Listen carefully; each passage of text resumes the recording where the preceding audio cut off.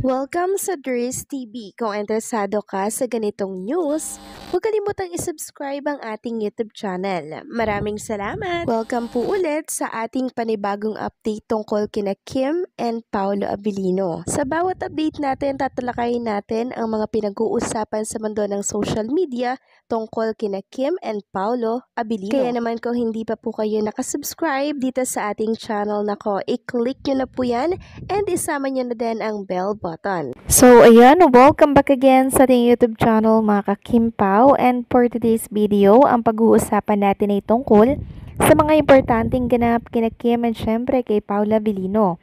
Pero bago po ang lahat, maraming salamat sa inyong patuloy na pagsuporta at pagsubaybay sa mga daily update natin.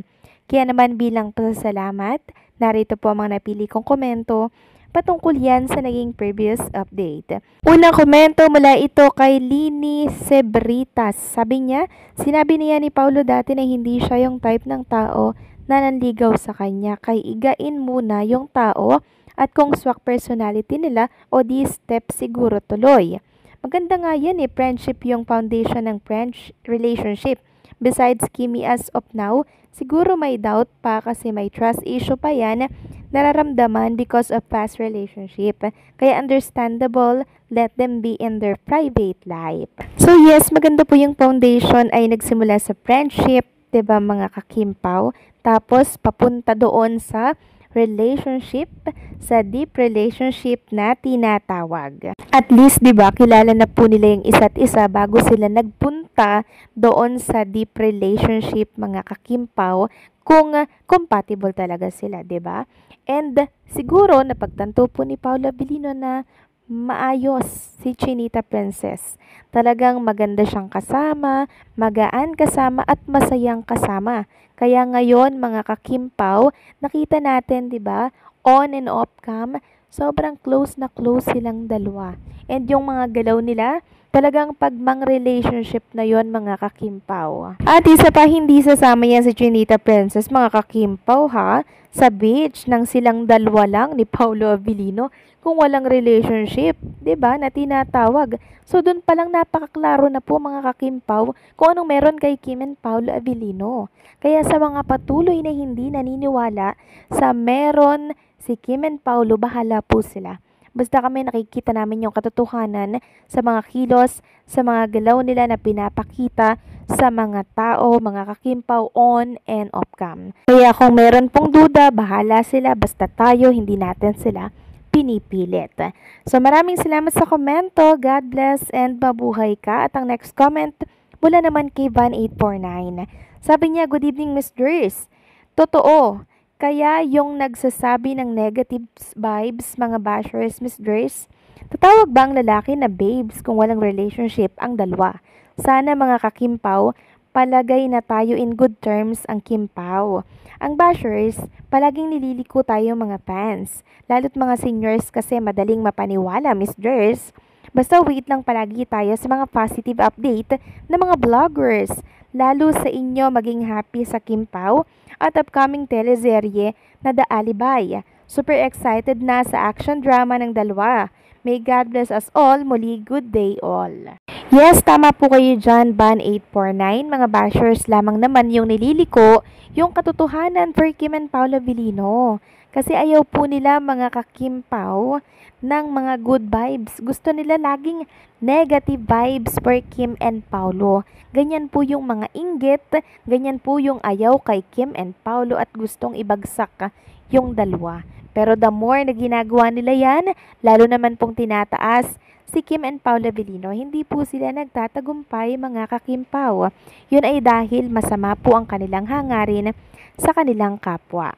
Sa keep praying lang for Kim and Paolo Abilino kasi ito yung most powerful na magagamit nila, no? Laban dyan sa mga kasamaan na likha po ng mga bashers. So maraming salamat sa mga komento ninyo. God bless and mabuhay kayo. At ito na nga, simulan na natin ang mga balita na nakalap natin sa maulang umagang ito or araw na to ng Martes. So kahapon nga po mga ka-Kim Pao, pakatapos po ng taping or shooting ng The Alibay since birthday nga po nitong si Direk Jojo Sagin. Eto po at nagkaroon po ng salo-salo sa set mga kakimpaw. Narito ipapakita ko nga po sa inyo ang ilang mga kaganapan at kuha doon. At eto nga mga kakimpaw, may pa-flower po si Chinita Princess for Direk Jojo Sagin. Ayan po, may letter din mga kakimpaw, ano? And syempre, marami nga po naghahanap kay Paolo Avellino mga kakimpaw. Kung nasaan daw si Paolo kasi napazoom in ang mga Kimpaw fans dito sa picture ni Chinita Princess. Bakit daw wala pong Paolo Avellino sa tabi ni Kim Chiu? Nagtago na naman daw ba? Merong nagsasabi na, naku, si Paolo Avellino kasi yung photographer dito kaya wala siya sa naturang picture. So, napaka-sweet lang ni Chinita Princess. Ganun din si Paolo Avellino mga kakimpaw. Kasi every time na meron po nagbe-birthday sa set, talagang naglalaan sila ng cake, mga handa, 'di ba, flowers, nakakatuwa, sobrang caring and sobrang loving ni Chinita Princess. Ganon din po si Paolo Avellino. So next topic naman mga kakimpaw, pag-usapan natin ang tungkol po dito sa poster making ng The Alibay. So meron pong pa-poster making, oh. Ang ganda po ng The Alibay mga kakimpaw. Suspense na medyo medyo action. Nakakatuwa lang kasi kakaiba po yung gagampanan dito ni Kim and Paolo Avellino. Ang dami mga Kimpaw fans ang natuwa sa poster na to. Sabi nga nila, wow na wow, panigurado ang ganda ng The Alibay. Hindi pa man po na ipapalabas yung teaser, pero ang dami na pong na-excite mga kakimpaw sa mangyayari at mapapanood nilang eksena. So, hopefully, ilabas na po yung teaser. Noon pa po yun inaantay mga kakimpaw. Talagang pinupulido po kasi nila eh. Gusto nila talagang pasabog.